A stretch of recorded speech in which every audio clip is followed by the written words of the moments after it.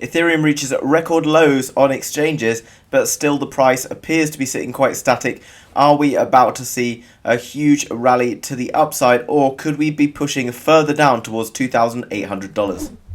In today's episode, we're going to look at some of the latest news from Ethereum, as well as Ethereum chart analysis to see exactly what is going on with the price and the most likely outcomes. Jumping over to this first news story over on beingcrypto.com. Ethereum on exchanges hit a record low, and staked Ethereum now nears 7 million.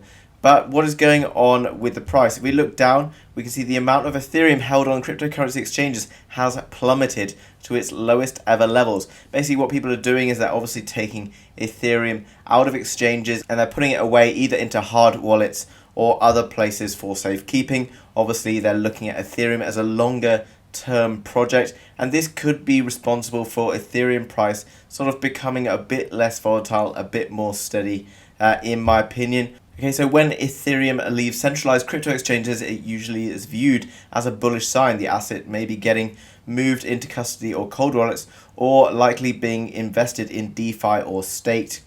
Conversely, when there are large inflows to exchanges, it's considered bearish and investors may be starting to prepare for liquidation. So what we are seeing is actually something that's quite solid in my opinion, although we have seen the price take a bit of a dip with Bitcoin dropping a bit, and we've seen Ethereum falling along with it, along with many of the other major cryptos. But ultimately, if we're looking at this for a sort of a longer term investment, and over the next few weeks, this could be building into something quite exciting. Also, Glassnode has reported that the Ethereum options market has also expanded over the last few weeks, with open interest on derivatives markets reaching 3.9 billion, and this week about 40% below the all-time high set back in May. So although we are seeing less volume than we were back in May, things are still looking bullish, and if we look at the price at the moment, we have recovered significantly from that big drop in May after that big euphoric push above $4,000. So actually, although that was very exciting to see, that was perhaps less sustainable. Obviously was less sustainable because we did see that big drop. So actually, we're building at a higher level now, and this is looking much more promising for being able to challenge all-time highs in the sort of next coming month to 2 months time. If we look at a chart that shows what's going on with regards to the exchange net flows, we can see back at this period, sort of around this time last year, we could see when the prices were really low, we had a big inflow, a lot of crypto arriving back on exchanges, and that was probably responsible for the dip as people were looking to get out. And then it sort of stayed fairly static. And then into the autumn time last year, where we started to begin the rally for Ethereum, we had a big outflow of crypto from exchanges. And then over the period of time, we've seen sort of inflows, but mainly we're seeing outflows, which is now why we're seeing such low levels on exchanges. And every time we've had an outflow in the past, just after that, you can see that we do tend to have a bit of a rally to the upside.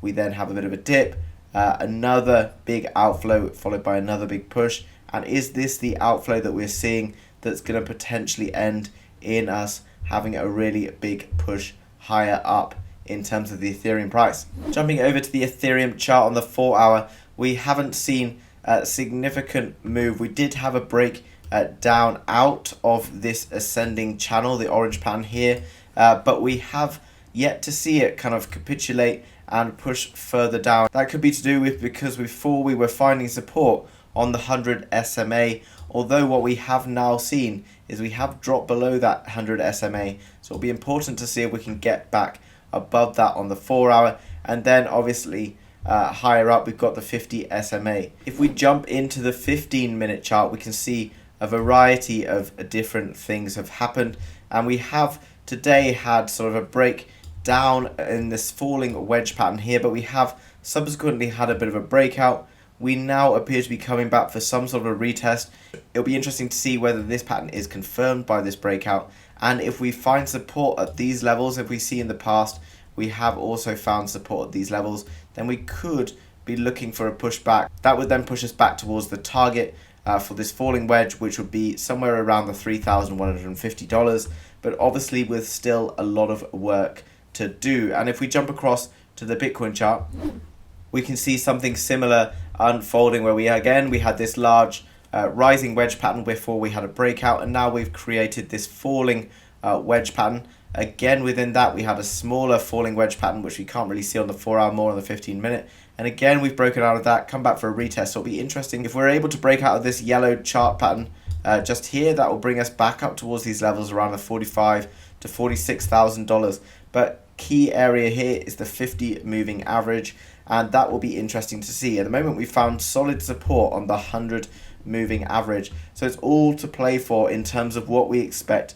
Obviously, Ethereum is sort of falling in line with what Bitcoin is doing as per usual. But what we have seen is usually when we have these breakouts to the upside, we do tend to see very aggressive sell-offs to the downside. But what's good to see is actually we never really had much of an aggressive sell-off. We have trickled down from the prices of around 47k, and currently we got all the way down to nearly 43.8k before being pushed back up towards 44,500. So all hanging in the balance at the moment. In terms of the volume, we're still fairly low. If we're to see a push to the top side of this pattern, then we do need to see some significant volume to come in and push it back in this direction. If we can see that happen, then I'll be looking to take a long trade and to ride this back up to the upside. At the moment, we are trending in a downwards direction, so until we see significant turnaround, which we might be seeing now, if we can continue to put in some perhaps higher lows, then we are looking a bit more bullish and things are looking a bit more exciting. But at the moment, Ethereum probably isn't going to be making the huge moves that we all want it to, and it's probably going to take a little bit more time. We're going to have to be a bit more patient with regards to Ethereum. Guys, if you got any value out of today's episode at all, then please smash that like button. It helps me to continue to deliver content like this and means more than you know. And if you hold Ethereum or other cryptocurrencies, which I'm going to try and bring you more videos on, then make sure you hit that subscribe button in order to be kept up to date with all of the latest happening in the crypto markets. Thanks very much for watching, guys, and I'll see you again tomorrow with another video. Bye-bye.